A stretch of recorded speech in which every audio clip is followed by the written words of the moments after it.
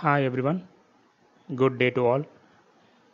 So I feel happy to meet you all in the fourth session of Unit 1. So previously we have been discussed about what is biopharmaceutics, what is absorption, what are the various mechanism of absorption, and we have started with the factors influencing drug absorption and bioavailability with physicochemical properties of drug such as solubility, dissolution, theory of dissolutions, and salt form, pKa, pH. All these we have been discussed in the previous sessions. So hope you all clear with those concepts. And with this, we are going to the next content of today's session. There's factors influencing drug absorption bioavailability. The second major factor is pharmaceutical factor. So let's move on to this content now. So in the pharmaceutical factors, there are various factors which is involved in it. One is disintegration time of tablets and capsules in specific, and the next is dissolution time, and the next is manufacturing variables, and followed by pharmaceutical ingredients, excipients and adjuvants, and nature and type of dosage form, and finally about product age and storage condition. So now let's discuss about these one by one in detail. Well, disintegration time. So disintegration time is one of the most important parameters in case of solid dosage form, specifically tablet and capsule. But even if a tablet have a success disintegration rate, we can't assure that it will be possessing 100% dissolution also. So to get a drug absorbed properly, dissolution is a major parameter. A drug which possesses a better disintegration and better dissolution will have a good absorption process. And in case of solid dosage form, even though we do not confirm with the disintegration in terms of bioavailability, sometimes these also have a subsequent process of dissolution. So a problem in disintegration may also have an impact in dissolution, ultimately to the absorption also. So this disintegration plays a major role or a precursor for a process of dissolution studies. And specifically speaking about it, coated tablet, especially sugar coated tablet, have a long disintegration time, and this disintegration of the tablet is directly related to the amount of binders present and the compressional force of the tablet. So the concentration of the binder or the nature of the binder what we have chosen, and the force of compression which we have been kept for during tablet compression, this also plays a major role in disintegration. Higher the compressional force may delay the disintegration time. So similarly, lower the compressional force may have a better or quick disintegration time. However, every formulation has its own optimum disintegration time as per the pharmacopoeia specifications. So the dosage form should meet out the required disintegration with respect to the proper proportion of the binder as well as compressional force, which is having a much relationship to the disintegration process. And after disintegration of a solid dosage form into granules, the granules must disintegrate into fine particles as dissolution.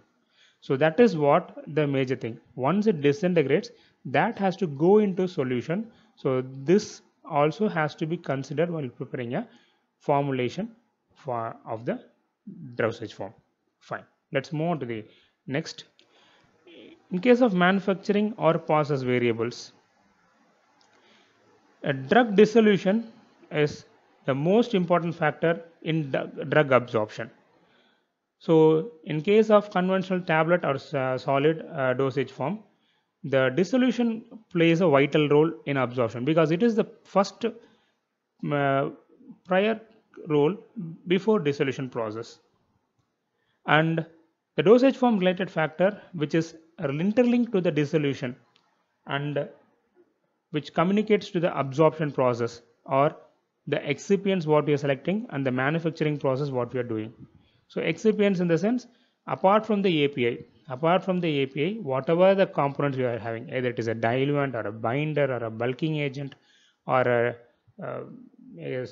colorant, whatever may be. So whatever the excipients we are using, so how come that excipient is having any interaction to the formulation or not in terms of dissolution, that has to be confirmed. Similarly, the manufacturing process, that also be considered. And saying about other manufacturing process influencing this drug dissolutions are the method of granulation and the compressional forces.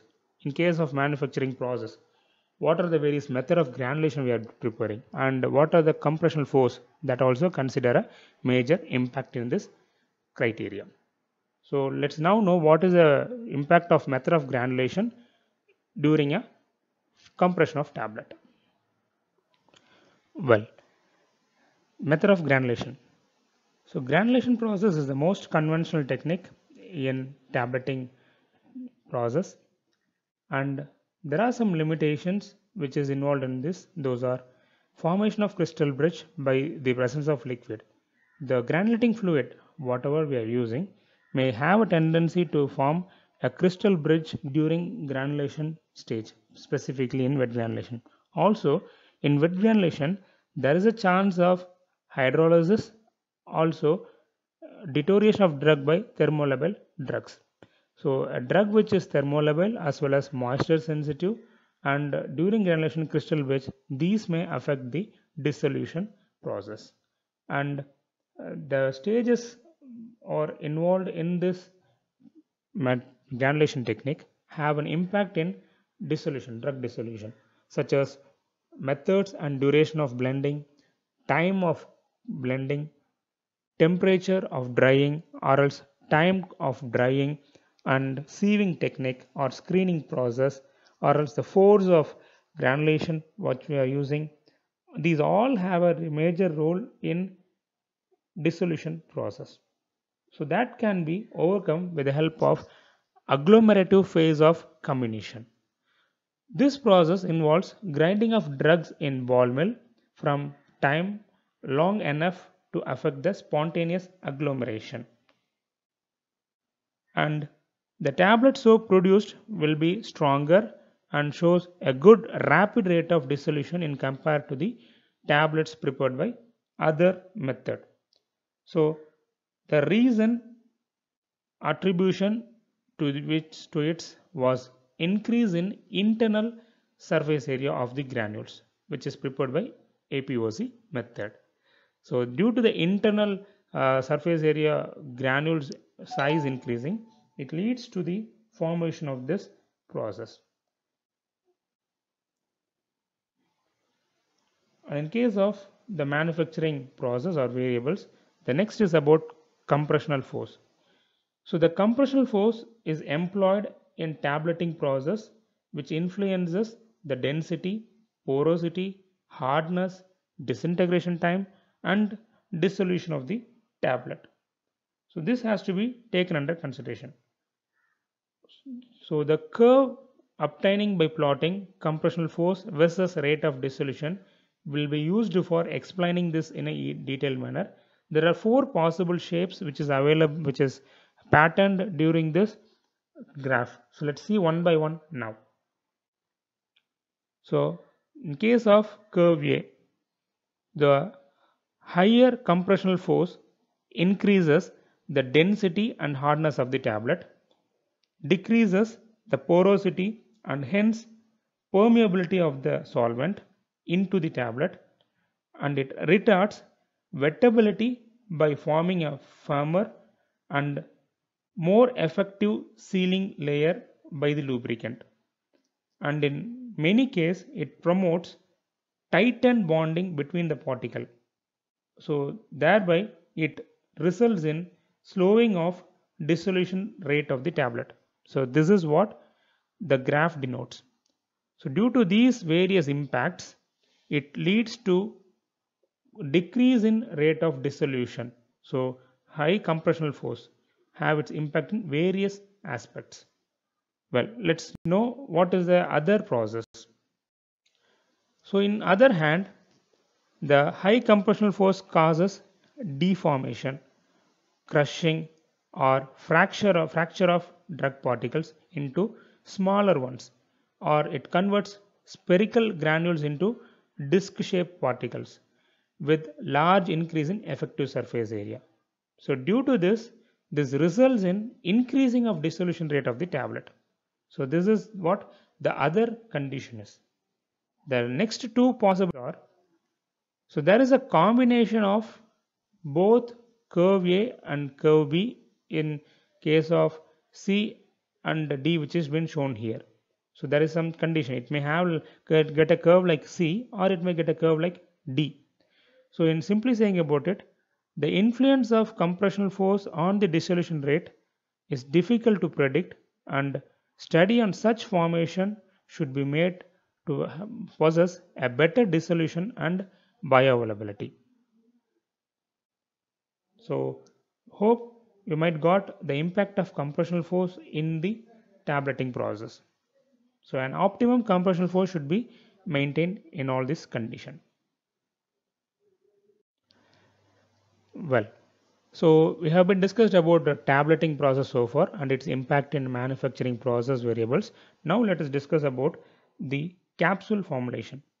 So the intensity of packing in capsule content. So the packing density in case of capsule dosage form has an impact in dissolution either by inhibiting or promoting condition. How does it occurs? In the sense, the diffusion of the gastrointestinal fluid in the tightly filled capsule will be creating a high pressure within the capsule. Thereby, it results in bursting of the capsule, and there will be huge release of content which leads to increase in dissolution profile. Whereas in opposite condition, the capsule shows better dissolution profile in case of fine particles and intense packing condition. So in case of finer particle and intense packing, having poor drug release and dissolution rate, which is due to the pore size of compact and poor permeability of the gastrointestinal fluid. So the first one mainly has a higher dissolution profile, whereas the later one shows a lower dissolution profile. It is mainly due to the difference in the packing of content within the capsules. So let's move on to the next factor is about pharmaceutical ingredients or excipients. In case of this pharmaceutical ingredients, excipients plays a major role in enhancing the acceptability or physical chemical stability during the shelf life, uniformity of composition and dosage form, and also in optimizing the bioavailability and functional ability of the drug products.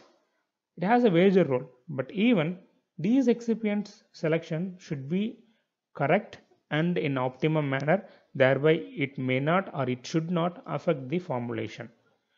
So some inertness and utility of dosage form, there might be chances of excipient influences in absorption.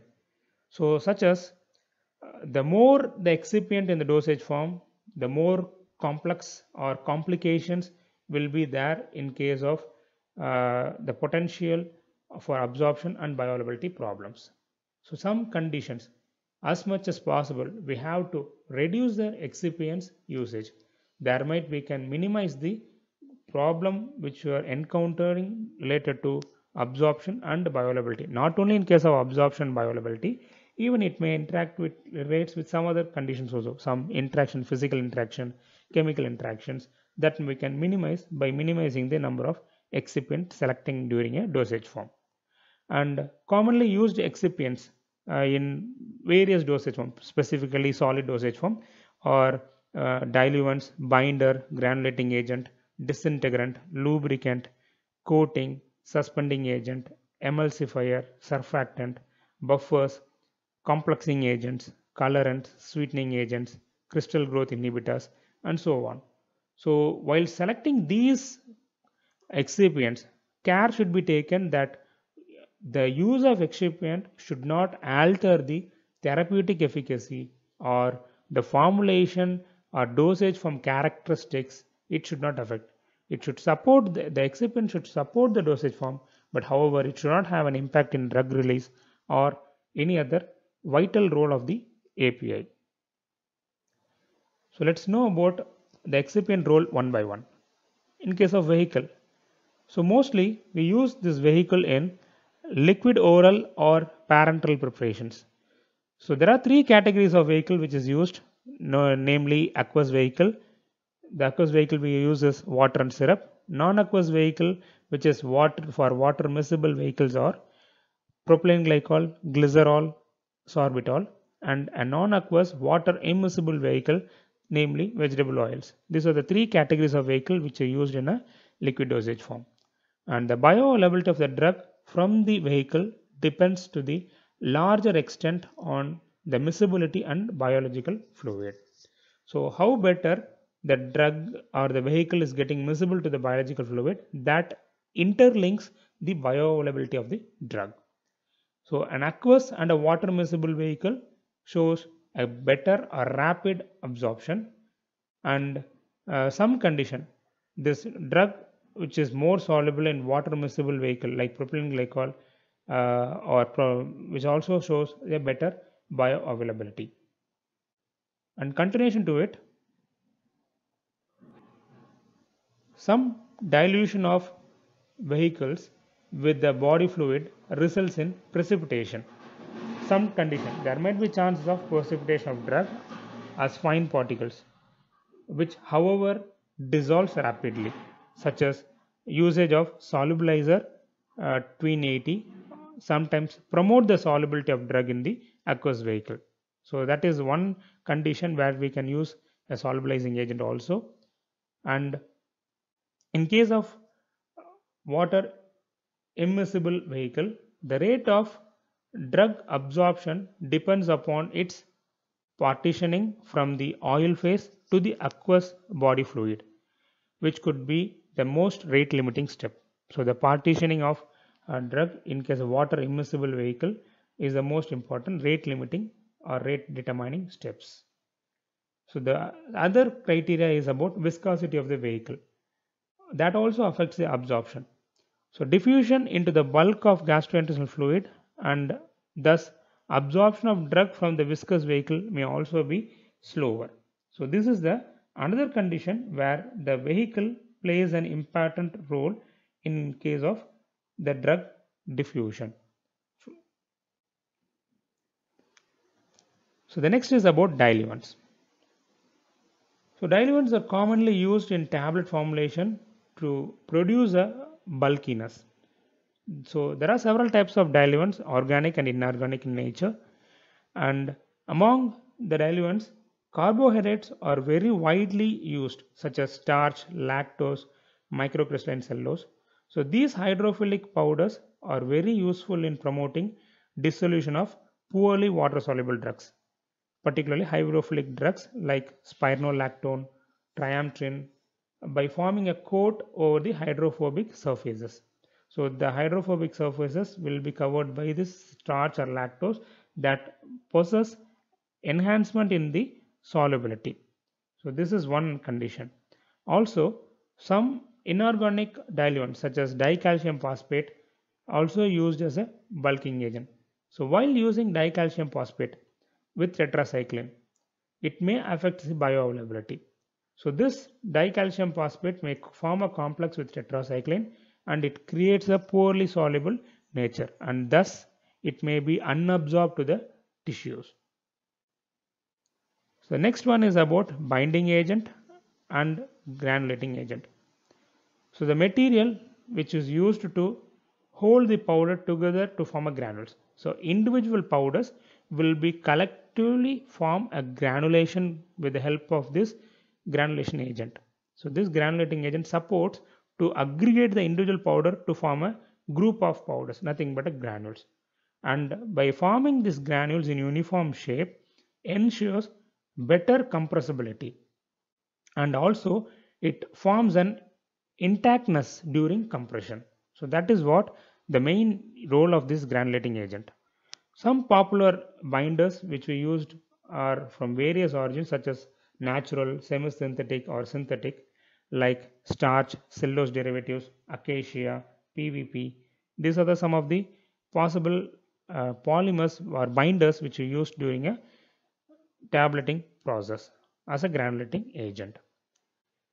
Some fillers of hydrophilic in nature uh, will be showing better dissolution profile with poorly wettable drug like phenacetin by imparting a hydrophilic properties to the granule surface. That's what, as we said in the previous condition, the same nature here also.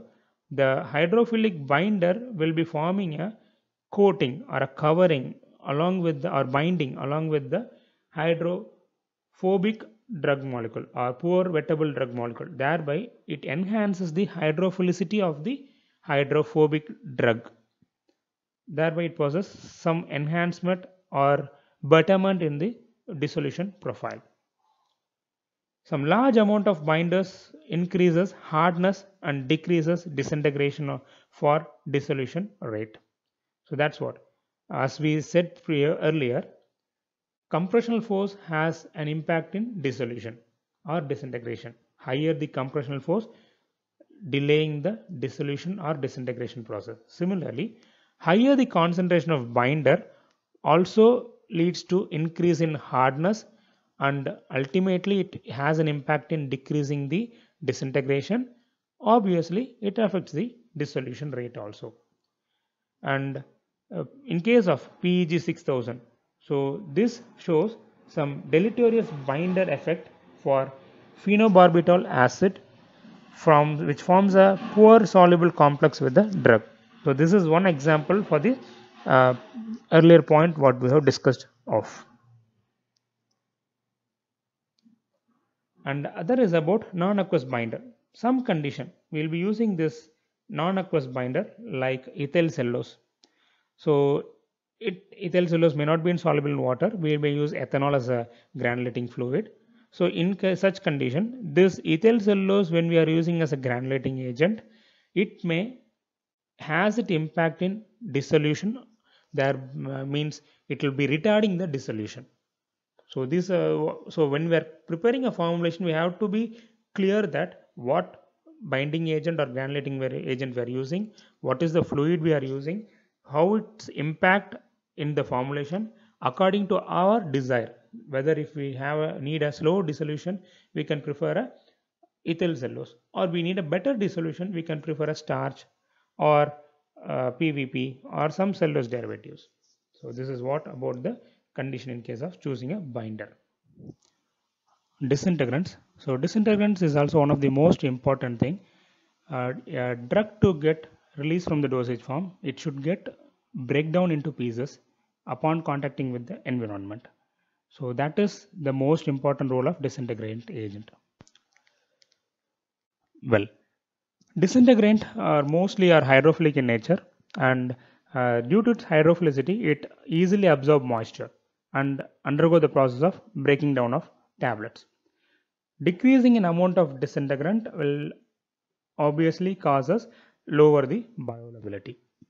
And absorbing disintegrant like bentonite and VGum should be avoided with low dose drug or potent drugs such as digitoxin, alkaloids, steroids, because large amount of doses permanently absorbed and only a fraction of drug will be available for absorption in such cases.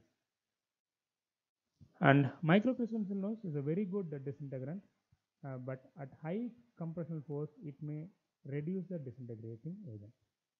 So thereby it may reduce the dissolution process.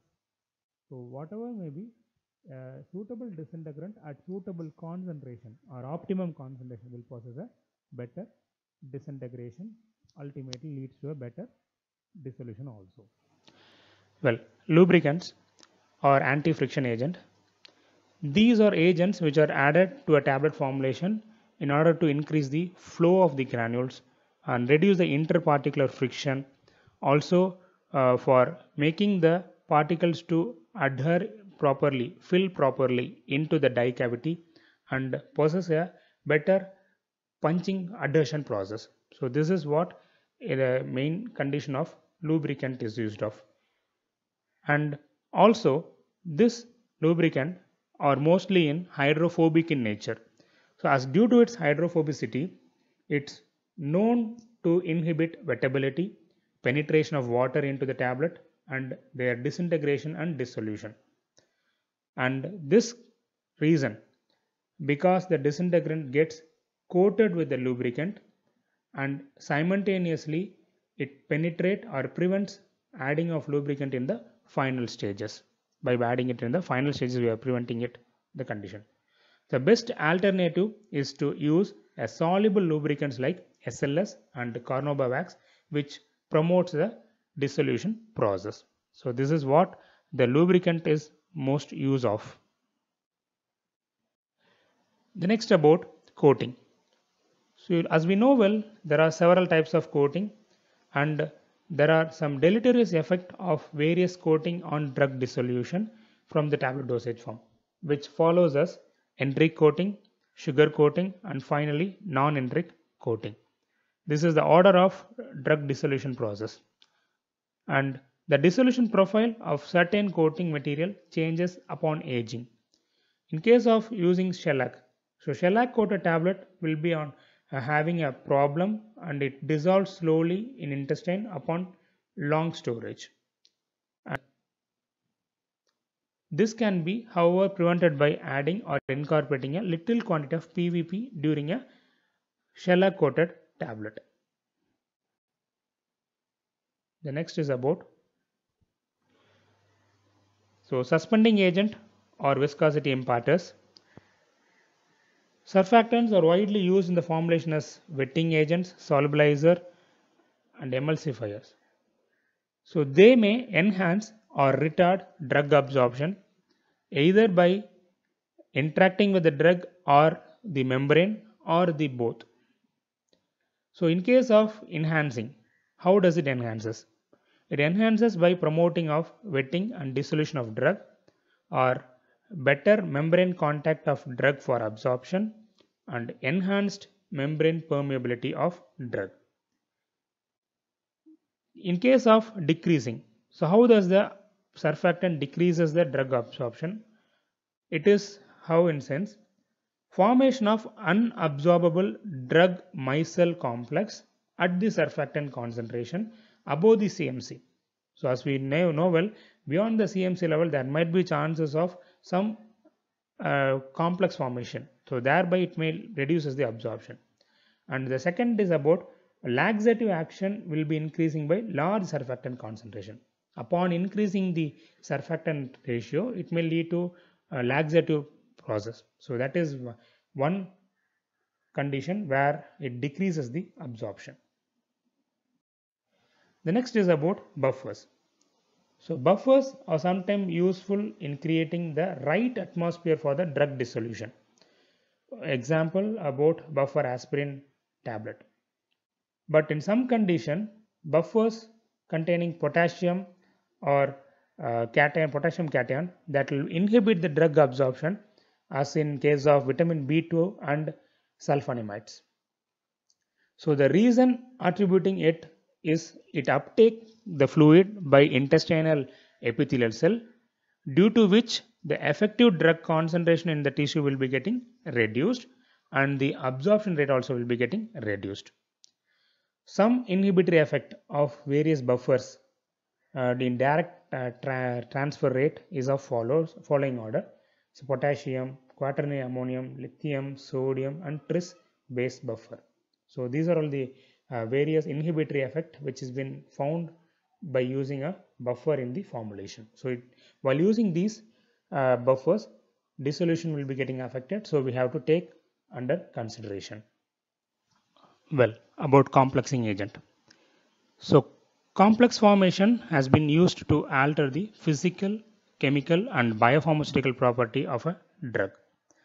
So a complex drug may have altered stability, solubility, molecular size, partition coefficient and diffusion coefficient. And such complexes generally they are pharmacologically inert and must dissociate either at absorption site or following absorption in systemic circulation. So that is mostly important. Whatever the complex it is forming, it should immediately dissociate. Only if it get dissociate, it can possess the desired pharmacological activity. That is the important thing in complexation. There are some conditions where the complexation enhances the bioavailability that we can see now. So first condition is the enhanced dissolution will be forming a complex of ergometrin tartrate caffeine complex and hydroquinone digitoxin complex. And the second is about enhanced lipophilicity for better membrane permeation, which has been found in caffeine PABA complex. And enhanced membrane permeability, it has been found in EDTA, which has been chelating with calcium and magnesium ions of these membrane. So these are some of the conditions where it enhances the bioavailability process. Some complexation will be causing deteriorations to the drug absorption due to its poor solubility or poor absorption complex, such as tetracycline with divalent and trivalent cation, like milk in case of calcium, and hematinics in case of iron, and magnesium and aluminum in case of antacids. Some reason for poor bioavailability of complex are failure to dissociate at the absorption site. So one is about forming complexation, the previous point, and this is about failure of dissociation and large molecular size complex. So that cannot be getting diffused through it. So very common example is about drug protein complex. So this complex, due to its bigger size, it cannot penetrate into the membrane or to the cells or tissues. Also, if it didn't get dissociate, it won't possess the desired activity. So this is one example for complexation which causes failure due to dissociation at the absorption site. The next is about colorants. So a low concentration of water soluble dye can have a inhibitory effect on dissociation rate of several crystalline drugs, and the dye molecule will possessing a good adsorption onto the crystal phases and inhibit drug dissociation. So example is a brilliant blue. So this brilliant blue will be retarding the dissolution of sulfathiazone. And dye which have found in to be inhibitory micellar solubilization effect of bile acids, which may be in the process of absorption of hydrophobic drug like steroids. It will be affecting in these cases. And cationic dyes are more reactive than the anionic one due to its higher power of adsorption on the primary particles. The last is about crystal growth. So this crystal growth inhibitor, it is one thing which is having an impact. In addition to the maintaining the initial physical property of a drug substance in suspension, this crystal growth inhibitor like PVP and PEG will be inhibiting conversion of high energy metastable polymorph into a stable or less soluble polymorph. So this is one condition where we come across this crystal growth problem in suspensions.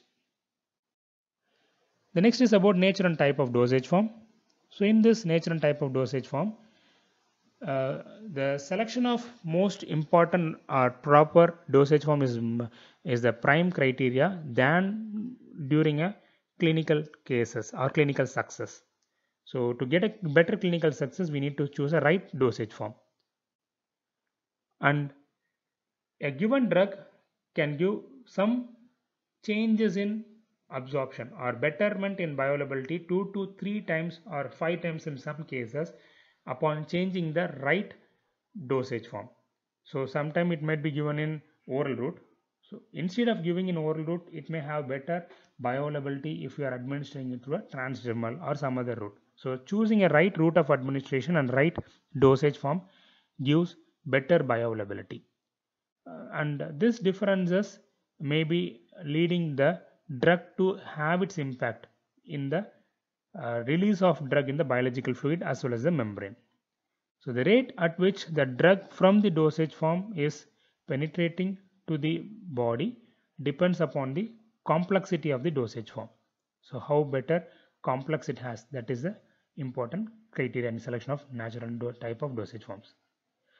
So the more the complex dosage form, the greater the number of rate limiting step and greater the potential of bioavailability problems. So we have to minimize the complexity, thereby we can minimize the absorption problem as well as we can enhance the bioavailability also. In case of order of bioavailability related to the dosage form, solution have better bioavailability than emulsion, than suspension, than capsules, tablets, coated tablet, entry coated tablet, sustained release tablet. So this is what the condition is of. So absorption of drug from the solution is faster with least potential of bioavailability problem, whereas in case of sustained release it is lowest with the greatest of bioavailability risk. So this is the chart which shows the bioavailability. So bioavailability risk will be enhancing upon going from solution to sustained release, whereas the absorption will be getting faster upon moving from sustained release to solution. In case of types of solution, first is about solution. So a drug in solution such as syrup or elixir will be having a rapid absorption. So the major rate limiting step of drug dissolution is absent here. And the factors which is to be considered is about nature of solvent what we are selecting, viscosity, surfactant, solubilizer and stabilizer. That should be majorly considered because any wrong usage of these content may affect the bioavailability. Next is about emulsion. So it is superior to suspension in administering a poorly aqueous soluble lipophilic drugs. In case of an example, Indoxil and NSAID, when it is dissolved in vegetable oil and emulsified in water, the absorption increase 3-fold when compared to an aqueous suspension. So this is an example for acting suspension, less bioavailability when compared to that of an emulsion. Also been proved that the drug administered in oil vehicle can directly distribute to the systemic circulation by overcoming the first pass metabolism. Hepatic circulation, it overcomes the hepatic first pass metabolism. Portal circulation, it bypasses the portal circulation and it enters the systemic circulation. So thereby we can get better bioavailability in case of oil vehicle. So it has been proved in 1 studies. So the next dosage form is suspension. So the major rate limiting step in the absorption of drug from suspension is drug dissolution, which is generally a rapid due to large surface area of the particle. So in case of suspension, the particle size, polymorphism, wetting agent, viscosity of the medium, suspending agent, these has to be considered for better absorption of drug. The next is about capsules. So as we well know, we have hard gelatin and soft gelatin capsules, and in case of hard gelatin capsules, some factors are involved in case of dissolution such as drug particles, density, polymorphism, intensity of packing and the influence of diluent and excipients. So hydrophilic diluents like lactose will be improving the wettability, deaggregation, and also it increases the dispersion of poorly water soluble drugs, whereas the inhibitory effect is observed with hydrophobic lubricants like magnesium stearate. So in case of soft gelatin capsules, so the soft gelatin capsules will go better dissolving faster than that of the hard gelatin capsule and tablets, and it shows some better drug availability from oily solution, emulsion, suspension of medicaments. So compared to that of the medicament, in some condition we will be adding this adsorbent in soft gelatin. We'll be adding the medicament in vegetable oils. So thereby it will be preparing in a soft gelatin cell to enhance the bioavailability. There are some conditions we'll be using such process also. So the next important thing is about tablets. So in case of tablets, mainly the compression of tablet is a major important thing. The bioavailability problem with tablet will be arising from reduction in the effective surface area and due to granulation and subsequent compression into the dosage form.